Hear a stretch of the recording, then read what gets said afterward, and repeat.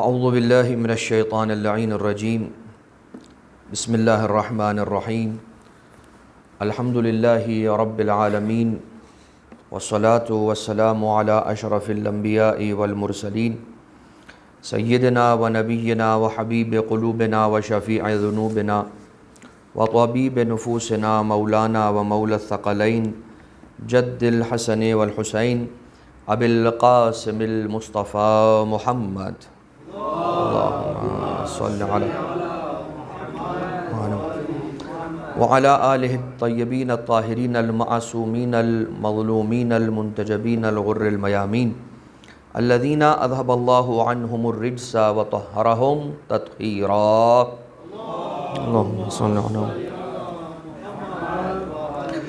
لا سیما علی الامام المنتظر والحجة الثانی عشر واللعنة الدائمة الباقیة على اعدائهم ومنکری فضائلهم ومصائبهم وغاصبی حقوقهم من الازل الى قیام یوم الدین اما بعد فقد قال اللہ سبحانہ وتعالی فی محکم کتابہ ومتقن خطابہ وقولہ الحق وهو اصدق القائلین بسم اللہ الرحمن الرحیم وعلم آدم الاسماء كلها صلوات اللہم صل علی محمد وآل محمد اوصیکم ونفسی یا عباد اللہ بتقوی اللہ۔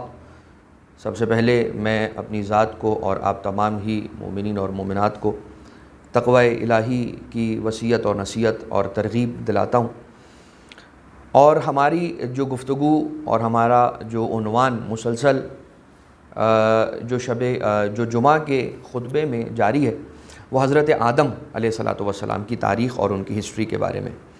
کچھ باتیں ہم نے حضرت آدم علیہ السلام کی کریشن اور ان کی خلقت کے حوالے سے آپ کی خدمت میں پیش کی تھیں، اور آج کچھ بات ایک جملہ حضرت حوا کے بارے میں، اور پھر دوبارہ سے ہم آج اس مین ٹاپک کو ذکر کرنا چاہ رہے ہیں کہ جو حضرت آدم علیہ السلام کو پروردگار عالم نے سجدہ کروایا تھا، ملائکہ کو حکم دیا تھا کہ جب میں آدم کو ٹھیک بنا لوں اور اس میں جب اپنی روح پھونک دوں تو اے ملائکہ اور اے آسمان میں رہنے والی جتنی بھی مخلوقات ہیں، تم سارے کے سارے آدم کے سامنے سجدہ ریز ہو جانا۔ اس موضوع پر کچھ گفتگو کی جائے گی، اور شیطان کا سجدہ نہ کرنا، اس پر کچھ گفتگو۔ تو خلقت حضرت حوا سلام اللہ علیہا کے بارے میں جو روایتیں ہمیں ملتی ہیں وہ یہ ہیں کہ جب امام محمد باقر علیہ السلام سے پوچھا گیا، اللہم صل علی محمد و آل محمد، پوچھنے والے نے سرکار سے پوچھا کہ مولا لما سمیت الحوا الحوا، کہ جناب حوا کو حوا نام کیوں دیا گیا؟ پروردگار عالم نے، جیسے ہم نے حضرت آدم کے بارے میں کہا تھا کہ آدم علیہ السلام کا وجہ تسمیہ، یعنی حضرت آدم کو آدم کیوں کہا جاتا ہے، تو اس کے لیے بھی ہمارے پاس ایک حدیث اور ایک ٹریڈیشن، ایک روایت تھی امام معصوم علیہ السلام سے کہ مولا نے فرمایا چونکہ آدم ادیم الارض ہیں، ادیم الارض یعنی کہ زمین کی مٹی کو پروردگار عالم نے مختلف ٹائپس کی الگ الگ مٹی پروردگار عالم نے خاک اٹھوائی فرشتوں سے، اور حکم دیا کہ الگ الگ مٹی، جو کچھ خشک مٹی، کچھ گیلی مٹی، اور اس طرح کی جو الگ الگ ڈفرینٹ ٹائپس آف جو مٹیاں تھیں انہیں پروردگار عالم نے اٹھوایا اور اس مٹی سے خلق کیا حضرت آدم کو۔ جناب حوا کو حوا اس لیے کہا جاتا ہے کہ وحی کے ذریعے سے جناب حوا کی خلقت ہوئی ہے، کہ پروردگار عالم نے حضرت آدم علیہ السلام کی بچی ہوئی مٹی کے خمیر سے جناب حوا سلام اللہ علیہ کو خلق فرمایا تھا، اور یہ جو عمل انجام پایا تھا ایک وحی کے نتیجے میں، کہ پروردگار عالم نے اس مٹی پر وحی کی تھی، یا یہ کہ ملائکہ کو یہ وحی کی تھی کہ جو آدم علیہ السلام کی خلقت کے بعد جو مٹی بچ گئی ہے اس مٹی سے حضرت حوا سلام اللہ علیہ کو خلق کیا جائے، تو پھر اس سے حضرت حوا کی خلقت ہوئی ہے۔ ایک روایت اور ملتی ہے، بڑی انٹرسٹنگ روایت ہے، اور یہ میں نے سوچا کہ آپ کی خدمت میں پیش کی جائے، کیونکہ ہمارے یہاں پر بہت ساری ایسی باتیں جو مشہور ہو جاتی ہیں جو روایات اور ائمہ معصومین علیہ السلام کی تعلیمات سے ہٹ کر ہوتی ہیں، اور وہ یہ کہ جو کہا جاتا ہے کہ آدم علیہ السلام کی بائیں جانب کی جو ربز ہیں اور پسلیاں تھیں، ان میں سے ایک چھوٹی پسلی کے ذریعے سے اللہ نے حضرت حوا کو خلق کیا، اور یہ وجہ قرار دی جاتی ہے عورتوں کے کمتر ہونے کو ثابت کرنے کے لیے، نعوذ باللہ من ذالک۔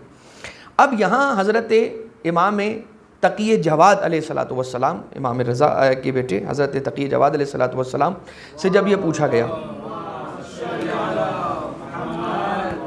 مولا سے یہ سوال کیا گیا کہ کچھ لوگ یہ مولا کہتے ہیں کہ آدم علیہ السلام کی پسلیوں میں بھی جو چھوٹی پسلی تھی اس سے خلق کیا ہے حضرت حوا کو۔ تو سرکار امام تقی جواد علیہ السلام نے فرمایا کہ وہ لوگ غلط کہتے ہیں، وہ ٹھیک بات نہیں کرتے ہیں، اس لیے کہ پروردگار عالم کیا علی کل شیء قدیر نہیں ہے؟ کیا پروردگار عالم قادر نہیں ہے؟ وہ تو اس بات پر بھی قادر ہے کہ بغیر ماں اور بغیر باپ کے خلق کر دے۔ یہ تو پھر پروردگار عالم نے حضرت آدم علیہ السلام کے بچے ہوئے خمیر سے پیدا کیا۔ لہٰذا جو بات روایتوں سے ثابت ہے وہ یہ کہ حضرت حوا کی خلقت بھی حضرت آدم ہی کے خمیر سے ہوئی ہے۔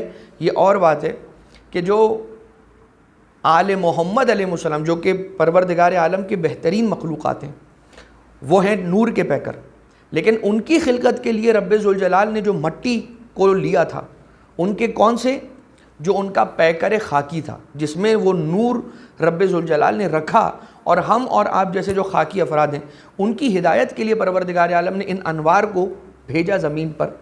تو اس مٹی سے جس مٹی سے آل محمد علیہ السلام کی خلقت ہوئی ہے، وہ کہیں اور سے نہیں بلکہ زمین کربلا سے پروردگار عالم نے چنی تھی، اور اسی کے بچے ہوئے خمیر سے ہم آل محمد علیہ السلام کے جو عاشقین ہیں، ان کے محبین ہیں، ان کے جو شیعہ ہیں، ان کی خلقت اس خاص مٹی سے ہوئی ہے کہ جس مٹی سے پروردگار عالم نے آل محمد علیہ السلام کے جسم ہائے نازنین مبارکہ کو، نورانیہ کو خلق فرمایا تھا۔ یہ اور بات ہے کہ ان کا رتبہ اور ہے، ہم گنہگاروں کا رتبہ اور ہے۔ یہی وجہ ہے کہ جو چونکہ اصل ہماری یہ ہے، اس وجہ سے ہم ان کی طرف دوڑتے ہیں اور ہمارے دل ان کی طرف جھکتے ہیں، یعنی کہ محمد و آل محمد علیہ السلام کی طرف۔ اب یہ بات ہو گئی جناب حوا سلام اللہ علیہ کی۔ اب آ جائیے، قرآن کریم نے اس واقعے کو، حضرت آدم علیہ السلام کے اس پورے سینیریو کو، اسٹوری کو، اچھا اسٹوری کے لیے بھی میں عرض کر دوں کہ ہم بہت ساری باتوں کو اسٹوری کہہ کے ڈسکارڈ کرتے ہیں، لیکن ضروری نہیں ہے کہ ہر اسٹوری غلط ہو۔ یہ بات سمجھنے کی ضرورت ہے، ووکیبلری کے اوپر کام کرنے کی بھی ضرورت ہے، اپنی انگلش اور اپنی اردو صحیح کرنے کی ضرورت ہے کہ جب یہ کہا جاتا ہے کہ کہانی، اور کسی بات کو کہانی کہہ کر، ہسٹوریکل کسی فیکٹ کو، ہسٹوریکل کسی واقعے کو کہانی کا نام دے کے اسے ڈیلیوژن اور ڈائلیوٹ کرنے کی کوشش کی جاتی ہے، تو یہ بات انسان کو ذہن میں رکھنی چاہیے کہ جو سچا واقعہ ہوتا ہے اسے اردو میں کہانی ہی کہا جاتا ہے، جو سچا واقعہ ہوتا ہے، اور جو جھوٹا واقعہ ہوتا ہے اسے تو افسانہ کہتے ہیں۔ تو اگر کوئی ایسی بات ہے جو غلط ہے، آپ اسے کہیں افسانہ۔ اگر کوئی کہانی ہے تو وہ کہانی تو حقیقی سرگزشت ہے جو واقعتاً کسی تاریخ میں، کسی ہسٹری کے کسی موقع پہ، کسی پیریڈ ان ٹائم کے اندر یہ واقعہ ہوا تھا۔ اسی طرح سے یہ حضرت آدم علیہ السلام کا جو واقعہ ہے، اللہ نے اس کو خصوصیت کے ساتھ قرآن کریم کے اندر جگہ دی ہے، آیتوں کے اندر، اور اس پورے واقعے کو ایک ٹائم لائن کے ساتھ، چاہے بہت زیادہ تفصیل میں نہیں لیکن بہت سرسری ذکر کر کے خدا نہیں گزرا ہے حضرت آدم کے واقعے کو۔ حضرت آدم کے واقعے کو پروردگار عالم نے آیتوں میں ایسے بیان کیا، وَإِذَا سَوَّيْتُهُ وَنَفَخْتُ فِيهِ مِنْ رُوحِي فَقَعُوا لَهُ سَاجِدِينَ فَسَجَدَ الْمَلَائِكَةُ كُلُّهُمْ أَجْمَعُونَ إِلَّا إِبْلِيسَ أَبَى وَاسْتَكْبَرَ وَكَانَ مِنَ الْكَافِرِينَ کہ پروردگار عالم کا جو سٹیٹمنٹ تھا فار دی اینجلز، ملائکہ کے لیے جو تھا، وہ کیا تھا کہ جب میں آدم کو ٹھیک ٹھیک بنا لوں اس کے بعد کیا کروں، اس میں اپنی روح پھونکوں، وَنَفَخْتُ فِيهِ مِنْ رُوحِي فَقَعُوا لَهُ سَاجِدِينَ جب روح الہی آدم علیہ السلام میں آ جائے، پڑ جائے، اس کے بعد آدم قابل سجدہ بنے، اور جیسے آدم علیہ السلام میں روح الہی داخل ہوئی، یعنی اللہ نے روح کو اس میں داخل کیا۔ اب یہ جو روح الہی ہے کہ معنی کیا ہے کہ اللہ کی روح کے معنی یہ ہیں کہ اللہ کی طرف سے چلنے والی روح، اللہ کی طرف سے ڈالی گئی روح، اور وہ ایک طرح سے سمجھانے کے لیے عرض کر رہا ہوں، صرف وہ سافٹ ویئر کہ جو حضرت آدم علیہ السلام میں، ان کے جسم میں ان کے ہارڈ ویئر میں جو سافٹ ویئر گیا ہے وہ الہی سافٹ ویئر گیا ہے، اللہ کا سافٹ ویئر داخل ہوا ہے، یعنی کہ وہ جو روح ہے روح الہی ہے۔ اب آدم علیہ الصلاۃ والسلام میں جب پروردگار عالم نے روح الہی کو داخل کر دیا، حکم دے دیا سب کو سب سجدہ کرو، سب کے سب سجدہ ریز ہوئے، ایک ابلیس نے سجدہ نہیں کیا۔ قرآن نے کہا کیا؟ ابا، انکار کیا، استکبرا، اس نے تکبر کیا نہیں، استکبار کیا۔ یعنی ایک بڑا آدمی بڑا ہونے کا دعویٰ کرتا ہے تو سمجھ میں بھی آتا ہے، تو اسے کہا جاتا ہے اس نے بڑائی کا اعلان کیا، لیکن شیطان نے استکبار کیا۔ استکبار کے معنی یہ ہوتا ہے کہ اگر کوئی چھوٹا آدمی اپنے بڑے ہونے کا اعلان کرے اس کو خدا کہتا ہے یہ استکبار ہے۔ یعنی کہ ایک بکرا آ کر یہ کہے کہ میں شیر ہوں تو کوئی یقین نہیں کرے گا۔ شیطان نے یہی کام کیا، شیطان سمجھ رہا تھا کہ بڑا ہے، بڑا نہیں تھا، اس نے اپنے بڑائی کا اعلان کیا، اپنے آپ میں یہ سمجھ رہا تھا کہ بہت بڑا ہے۔ پروردگار عالم نے اسے اس کا جو مقام تھا وہ دکھلایا، اور پروردگار عالم نے کیا کہا؟ کانا من الکافرین، یعنی کہ وہ پہلے ہی سے کافر تھا، یعنی کہ رب ذوالجلال کے علم میں تھا کہ یہ ایک شخص ہوگا کہ جو انکار کرے گا۔ اور ایک عربی کی تھوڑی سی گہرائی ہے، اور وہ یہ ہے کہ کانا جو ہے، کانا یہ عربک سنٹیکس کے اندر نفی ابدی کے لیے آتا ہے، ہمیشہ ہمیشہ کے لیے۔ کانا من الکافرین کے معنی یہ ہوئے کہ اب یہ irreversible کافر ہو گیا ہے، اب یہ ایسا کافر ہو گیا کہ جو دوبارہ مسلم نہیں ہو سکتا، لیکن ایک مرتبہ ہوا تھا۔ یہی ہوا کیا؟ حضرت آدم کو سجدہ نہ کرنے کی وجہ سے ابلیس جو ہے وہ شیطان بنا، عزازیل شیطان بنا۔ عزازیل تھا کون؟ عزازیل کے بارے میں کہا جاتا ہے کہ یہ اتنا بڑا سجدہ گزار تھا پروردگار عالم کا، اتنا بڑا سجدہ گزار تھا کہ اس نے ایک 2 رکعت نماز ادا کی تھی۔ اب جو روایت میں ہے قصص الانبیاء، علامہ باقر مجلسی، شیخ باقر مجلسی نے یہ لکھا کہ اتنا بڑا عبادت گزار اور اتنا بڑا سجدہ گزار تھا شیطان عزازیل، جو کہ بعد میں ابلیس یعنی کہ شیطان بنا، کہ اس نے ایک 2 رکعت نماز ایسی ادا کی تھی کہ جسے ختم کرنے میں 4000 نوری سال لگائے تھے۔ اس نے 4000 light years he took to just finish a 2 رکعت نماز، شیطان نے۔ اور یہ سارا کا سارا وہ جو فخر کر رہا تھا اپنے عبادت گزار ہونے پہ، وہ اس ایک 2 رکعت نماز پر فخر کر رہا تھا کہ جسے اس نے ختم کرنے میں 4000 سال لگائے تھے، جس کے اندر ایک سجدہ، ایک رکعت کا جو سجدہ تھا وہ اس نے 2000 سال میں کیا تھا، اور دوسری رکعت کا جو سجدہ تھا اس نے 2000 سال میں کیا تھا، اور کئی سال اس نے رکوع کے اندر گزارے تھے۔ تو وہ یہ سمجھ رہا تھا کہ میں کوئی بہت بڑا عبادت گزار، اور حقیقت میں یہ ملک بھی نہیں تھا، یہ فرشتہ نہیں تھا شیطان، یہ ایک جن تھا۔ یہی وجہ ہے کہ جب یہ پروردگار عالم نے پوچھا اس سے، خدا نے پوچھا کہ ما منعک ان تسجد لما خلقت بیدی، جسے میں نے اپنے ہاتھوں سے خلق کیا۔ اللہ کے ہاتھ نہیں ہوتے، پروردگار یہ بتانا چاہتا ہے جسے میں نے خلق کیا، جسے میں نے ڈیزگنیٹ کیا، جسے میں نے بڑا بنایا، جسے میں نے پروفٹ بنایا، جسے میں نے نبی بنایا، جسے میں نے خلیفہ بنایا، اور جسے خود میں نے خلق کیا اپنے امر سے، اپنے حکم سے، تو نے اسے کیوں سجدہ نہیں کیا؟ تو آدم نے کہا خلقتنی من نار و خلقتہ من طین، تو نے مجھے آگ سے خلق کیا، اسے مٹی سے خلق کیا، اور آگ مٹی سے افضل ہوتی ہے۔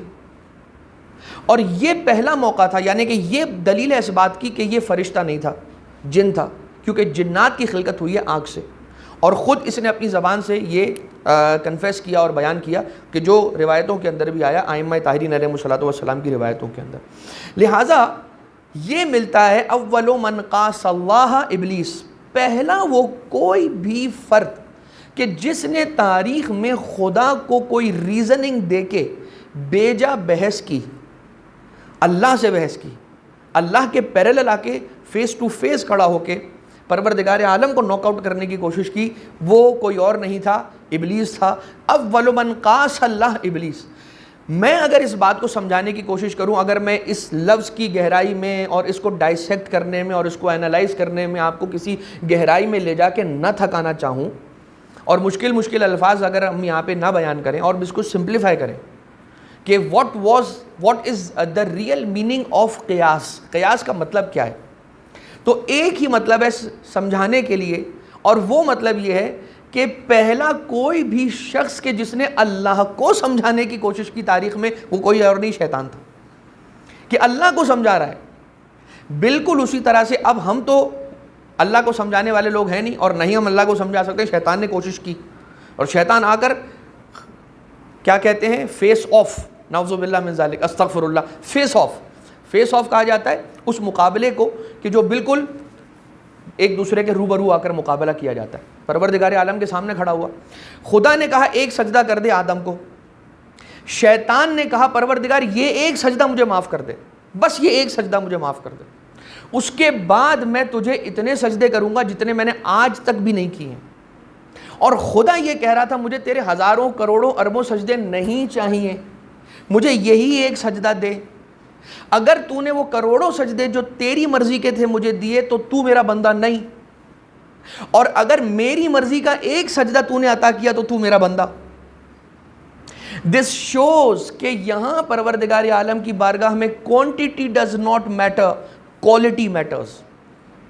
کیا کوالٹی ہے، کیا چیز لے کر آ رہے ہیں آپ، وہ لے کر آ رہے ہیں. اب اس کے اندر تو ہمیں پھر روایتوں کے اندر بھی ملتا ہے کہ 5ویں امام، 6ٹھے امام، 7ویں امام، 8ویں امام، حتیٰ کہ امام رضا علیہ الصلوۃ والسلام سرکار ایک درود بھیجیے گا. مولا سے بھی پوچھا گیا اور مولا نے بڑے ڈیٹیل میں اس واقعے کو بیان کیا اور ایک اس کا کنکلوژن بھی دیا جو بھی میں آپ کی خدمت میں عرض کرتا ہوں. کمپیریٹو اس کا ایک کنکلوژن دیا امام رضا علیہ السلام نے. لیکن عبادتی حیث اقول ولا حیث تقول، میری عبادت ویسے ہوگی جیسے میں چاہتا ہوں، ویسے نہیں ہوگی جیسے تو چاہتا ہے. یعنی کہ عبادت جو تو کرے اس کا نام نہیں ہے، جو میں کہوں اس کا نام ہے. بس یہ ایک بات. اور یہ ایک بات جو شیطان، یہ نہیں تھا کہ سمجھ نہیں پایا، نہیں، سمجھنا نہیں چاہ رہا تھا، سمجھنا چاہ ہی نہیں رہا تھا، اور اس نے یہ کام کیا. اور پھر پروردگار عالم نے یہ کہہ دیا کہ مجھے کثیر سجدے نہیں، وہ چاہیے جو میرے مرضی کا ایک سجدہ ہے وہ تو لیا. اب قیاس کہہ لیجئے، پروردگار عالم کے سامنے آ کر اسے رب ذوالجلال کو آفر دینا کہہ لیجئے. یہ بتائیں کیسی آفر ہے، کیسی ڈیل کرنے کی کوشش کر رہا ہے کہ میں کروڑوں دوں گا یہ ایک معاف کر دے. امام رضا علیہ السلام نے جو اس کو کنکلوڈ کیا، مولا نے فرمایا کہ اگر آج کوئی سمجھنا چاہتا ہے کہ شیطان کا یہ عمل کیسا تھا تو وہ اس واقعے سے سمجھے کہ جو ریسنٹلی ہوا چند 100 سال پہلے. اور کس واقعے کو ریفر کیا امام رضا علیہ السلام نے شیطان کے اس واقعے کو سمجھانے کے لیے جو ہزاروں سال پہلے ہوا؟ مولا رضا نے فرمایا کہ بالکل اس طرح سے کہ جب مولا کائنات کی مولائیت کا اعلان ہو گیا اور لوگ آ کے رسول اللہ کو کہہ رہے تھے آپ نے نماز کہی ہم نے مان لی، روزہ کہا رکھ لیا، زکوٰۃ کہی نکال دی، خمس کہا نکال دیا، اذان کہی دے دی، اقامت کہی دے دی، سارے کام کر لیے، اب آپ علی کو بھی منوا رہے ہیں.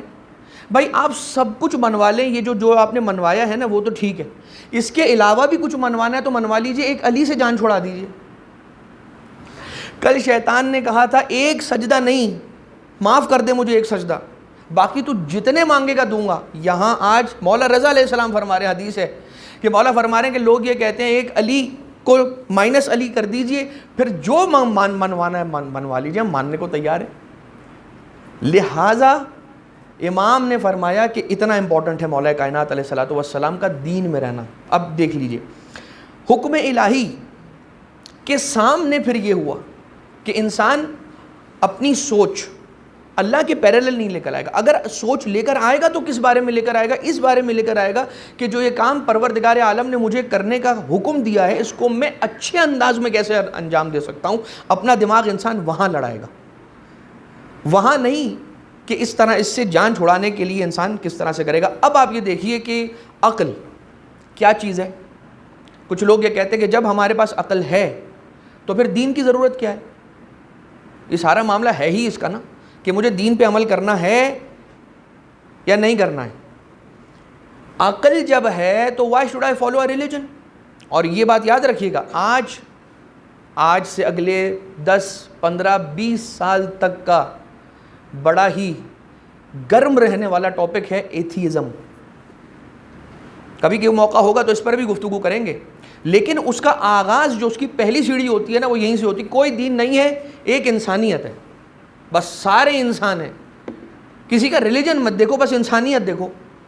لیکن اگر یہی کہہ کے میں یہ کہوں کہ آئی سی یو کے اندر وہ جو ایک کنٹیجیس مرض کے اندر، وہ جو ایک وبائی مرض کے اندر جو مریض ہے، جس کے قریب جانے سے ڈاکٹرز نے منع کیا ہے اور یہ کہا ہے کہ دور رہو، اگر تم اس کے قریب جاؤ گے تو یہ بیماری تمہیں بھی لگ جائے گی، تو اب انسان یہ کہہ کہ اس کے قریب کیوں نہیں جاتا کہ وہ بھی تو انسان ہی ہے نا، بیمار ہے تو کیا ہوا، مجھے لگ جائے گی بیماری تو کیا ہوا، وہ بھی تو انسان ہے، میں بھی تو اس کے پاس، میں جاؤں اس کے پاس۔ ہم نہیں جاتے۔ کیوں نہیں جاتے؟ کیونکہ اس بات کا خطرہ ہے کہ وہ مرض کے جو اسے لگا ہوا ہے وہ مجھے بھی لگ جائے گا، لہٰذا میری ذمہ داری ہے کہ میں اپنے آپ کو بچاؤں اس چیز سے کہ جو اسے لگی ہوئی ہے، تاکہ پوری کی پوری انسانیت اور بہت سارے لوگ اس کے اندر مریض نہ ہو جائیں، مثال کے طور پر۔ تو وہاں پر ہم یہ نہیں کہیں گے کہ یہ انسان ہی تو ہے، اس کا تو خیال کرو، کوئی دل نرم کرو اور جاؤ۔ لہٰذا اسلام نے جو ہمیں کوڈ آف کنڈکٹ دیا ہے، جو وے آف ایکشن دیا ہے، اس سے بہتر اس کائنات میں کچھ نہیں۔ اگر کوئی انفیکٹڈ ہے تبھی پروردگار عالم نے ہمیں اس سے دور رکھا ہے۔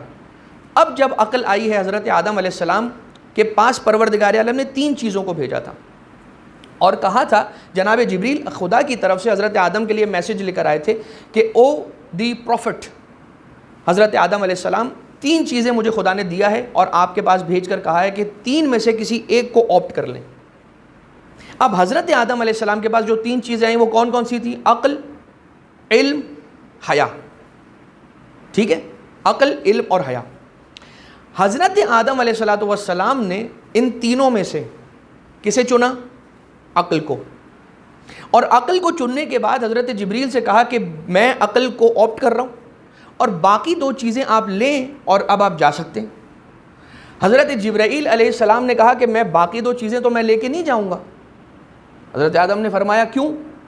جواب دیا جبرائیل نے کہ مجھے خدا نے حکم دیا تھا کہ اگر ان 3 میں سے کوئی بھی دوسری 2 چیزیں میں سے کچھ لے لیں تو باقی 2 لے آنا، اگر عقل لے لیں تو پھر تینوں ہی وہیں پر رہنے دینا، اس لیے کہ جہاں پہ عقل ہوگی علم وہیں پر ہوگا، حیا وہیں پر ہوگی۔ لہٰذا حضرت آدم نے عقل کو آپٹ کیا، لیکن عقل کو آپٹ کرنے کے لیے جو گہرائی ہے اس نقطے میں وہ کیا ہے کہ عقل کو چننے سے پہلے حضرت آدم نے عقل کو ٹیسٹ کیسے کیا؟ یہ here lies the message for us, کہ ہمارے لیے پیغام کہاں پر ہے۔ حضرت آدم علیہ السلام نے عقل سے کہا اقبل، میرے قریب آ، فاقبلا، تو عقل حضرت آدم کے قریب آ گئی۔ ادبر، پیچھے ہٹ جا، فادبرا، تو عقل پیچھے ہٹ گئی۔ جیسے آدم کے آگے بلانے پہ عقل آگے آ گئی، پیچھے ہٹانے پہ پیچھے ہٹ گئی، آدم سمجھ گئے کہ یہ ٹھیک ہے، اسے لے لیا جائے۔ حضرت آدم نے عقل کو ایک جو چھوٹے سے ٹیسٹ سے گزارا، دیٹ ٹیسٹ واز تسلیم، سرنڈر۔ کیا عقل میرے سامنے سرنڈر ہو رہی ہے یا نہیں ہو رہی ہے؟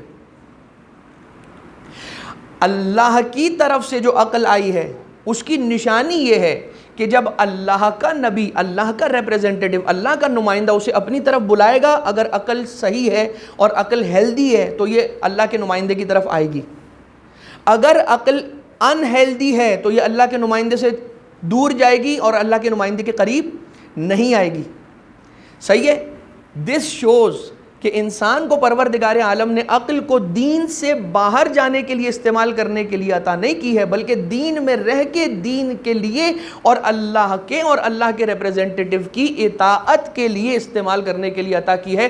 دس از دا ریزن کہ ہمارے ریلیجن کا نام ہے اسلام، وچ مینز سرنڈر، سبمیشن۔ لہٰذا پروردگار عالم نے اس واقعے میں ہمیں بہت بڑا پیغام عطا کیا ہے۔ وقت سمٹ رہا ہے اور باتیں تو کافی ہیں عرض کرنے کے لیے، 1-2 جملے اور عرض کر دوں تاکہ ہمیں کچھ اور بھی واقعات حضرت آدم کے اس ہسٹری سے جو اس سینیریو کے اندر پیش آئے اس سے معلوم ہو سکیں، جس سے ہم اپنے لیے کچھ پیغام حاصل کر سکیں۔ حضرت آدم کو سجدہ نہ کرنے کی وجہ سے جب شیطان مردود ہو گیا اور بارگاہ الہی سے نکال دیا گیا، اب شیطان نوز اللہ ویری ویل، شیطان کو بہت اچھے سے پتا ہے کہ خدا تعالیٰ کا جو طریقہ ہے نا وہ کیا طریقہ ہے۔ وہ جانتا ہے کہ جو میں آج مخالفت کر کے خدا کے دین سے باہر ہو گیا ہوں اور کافر ہو گیا ہوں، پھر بھی آج تک جو میں نے خدا کے لیے کیا ہے وہ مجھے ان ریوارڈڈ واپس نہیں بھیجے گا۔ تو اب this is the time I should ask for the reward for what I have done till the date. آج تک جو میں نے خدا کے لیے کیا ہے نا اس کا ریوارڈ میں مانگتا ہوں خدا سے. اور یہ کہہ کہ ابلیس نے، شیطان نے پروردگار عالم سے کہا ٹھیک ہے جو میں نے تجھے سجدے کیے کیا مجھے اس کا اجر دیے بغیر مجھے اپنے دروازے سے نکال دے گا؟ خدا تعالیٰ نے کہا ٹھیک ہے مانگ، کیا مانگتا، لیکن تجھے اب آخرت کا کچھ نہیں ملے گا. دنیا میں جو تجھے چاہیے مانگ لے، دنیاوی زندگی سے جو چاہتا لے لے، دنیاوی نعمتوں میں سے جو چاہتا لے لے. ابلیس نے کہا کہ مجھے قیامت تک کی زندگی دے دے. خدا نے کہا دی اب تو قیامت تک زندہ رہے گا، قیامت سے پہلے تو نہیں مرے گا. نمبر 2، مجھے قیامت تک کی مہلت دے کہ میں تیرے بندوں کو بہکاؤں. خدا نے کہا قیامت تک کی تو مہلت نہیں دوں گا، وقت معلوم تک کی مہلت دوں گا. وقت معلوم. اب جب آپ وقت معلوم کو ڈائسیکٹ کریں گے، and when you dive deep into the ahadith and traditions of Ahlul Bayt, there you are going to find، وہاں پر آپ کو ملے گا کیا کہ جب رجعت ہوگی اور ائمہ طاہرین واپس آئیں گے، امام زمانہ آئیں گے، امام حسین آئیں گے، مولا عباس آئیں گے، ہر امام واپس آئے گا. وہاں رسالت ماں بھی رجعت کریں گے اور واپس آئیں گے. جب رسالت ماں آئیں گے وہ اپنے ہاتھوں سے، چونکہ یہ وہ زمانہ ہوگا کہ جس زمانے میں روئے زمین کو خدا تعالیٰ کے حکم سے نجاستوں سے، آلودگیوں سے، برائیوں سے پاک کر دیا جائے گا، تو حضرت رسالت ماں اپنے ہاتھوں سے شیطان کو ذبح کریں گے. رجعت کے پیریڈ میں اپنے ہاتھوں سے رسالت ماں شیطان کو ذبح کریں گے. لیکن تب تک کا وقت ہے شیطان کے پاس. اور کیا تسلط عطا کرے گا؟ انہیں بہکانے کی پروردگار عالم کی طرف سے یہ اجازت ہے. لیکن شیطان یہ کہتا ہے کہ لَأَقْعُدَنَّ عَلَىٰ صِرَاطِكَ الْمُسْتَقِيمِ، میں تیری صراط مستقیم پر بیٹھ جاؤں گا اور تیرے بندوں کو میں بہکاؤں گا. إِلَّا عِبَادُكَ مِنْهُمُ الْمُخْلَصِينَ، مگر تیرے وہ بندے جو مخلص ہیں، نہیں مخلص ہیں. ایک ہوتے ہیں مخلص جو خالص خود اپنے آپ کو خالص کرتے ہیں، ایک ہوتے ہیں مخلص کہ جن کو خالص کیا جاتا ہے. جن کو خالص کیا جائے وہ کون ہے؟ انما یرید اللہ لیذھب عنکم الرجس اہل البیت ویطہرکم تطہیرا، جن کو طاہر رکھا گیا، جن کو پاک رکھا گیا، یہ ان کی بات ہو رہی ہے. اور پھر اس کے نتیجے میں پروردگار عالم سے حضرت آدم نے پوچھا کہ اے خدا شیطان کو تو نے یہ اختیار دیا تو میرے بندوں کے لیے کیا ہے، میرے فرزندوں کے لیے کیا ہے؟ جواب دیا کہ تیرے بندوں کے لیے یہ کہ اگر وہ ایک گناہ کریں گے تو ایک سزا، ایک نیکی کریں گے اس کی 10 جزا.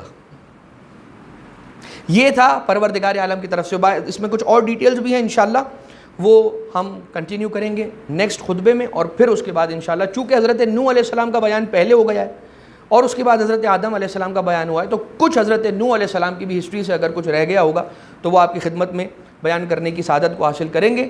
انا احسن الحدیث قرآن العزیز. بسم اللہ الرحمن الرحیم. قل هو اللہ احد اللہ الصمد لم یلد ولم یولد ولم یکن له کفوا احد.